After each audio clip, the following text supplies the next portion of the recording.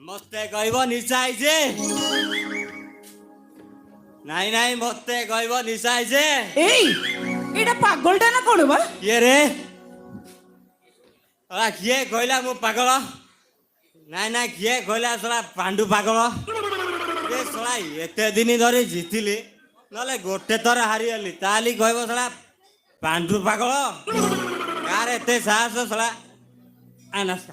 ନମସ୍କାର ନମସ୍କାର ମାଉସୀ, ନମସ୍କାର ନମସ୍କାର। ବୁଢାଟିଏ ହେଇଥା ବାପା।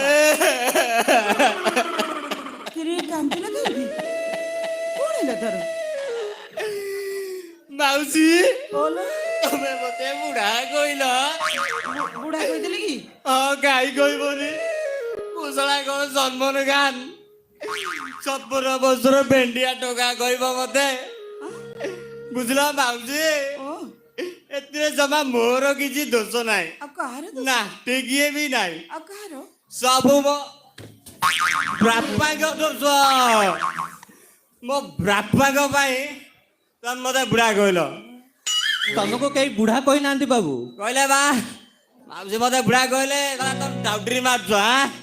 ବୁଝିଲ ମାଉସୀ, ମୁଁ ତମକୁ କିଛି ଖରାପ ଭାବୁନି, ଆଉ ନା ଏଥିରେ ତମର କିଛି ଦୋଷ ନାହିଁ, କାହାର ଦୋଷ? ସବୁ ମୋ ବାପାଙ୍କ ଦୋଷ।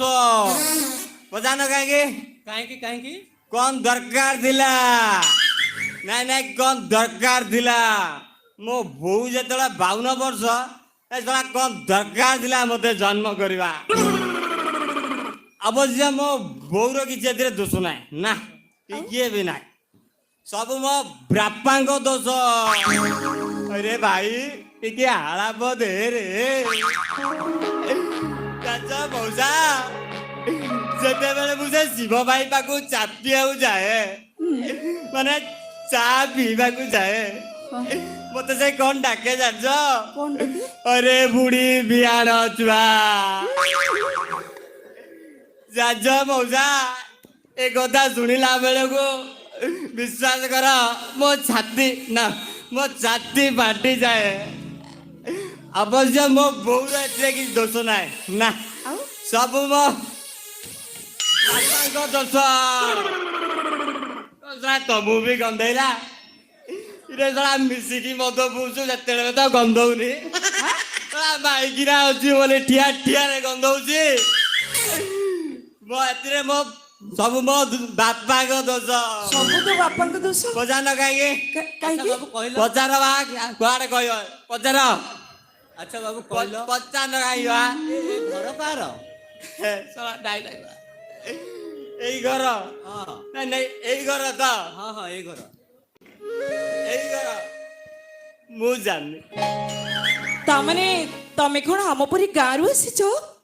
ନା ମାଉସୀ, ମୋ ଆଉ ମା ପେଟରୁ ଆଇଛି। ମା ପେଟରୁ? ସବୁ ମୋ ବାପାଙ୍କ ଦୋଷ। କଣ ପଚାରୁଥିଲ? କଣ ପଚାରୁଥିଲ? ଏଇ ଘର କାହାର? ହଁ ମାନେ ଏ ଘର ମାଲିକଙ୍କ ନାଁ ପଚାରୁଥିଲ ତ?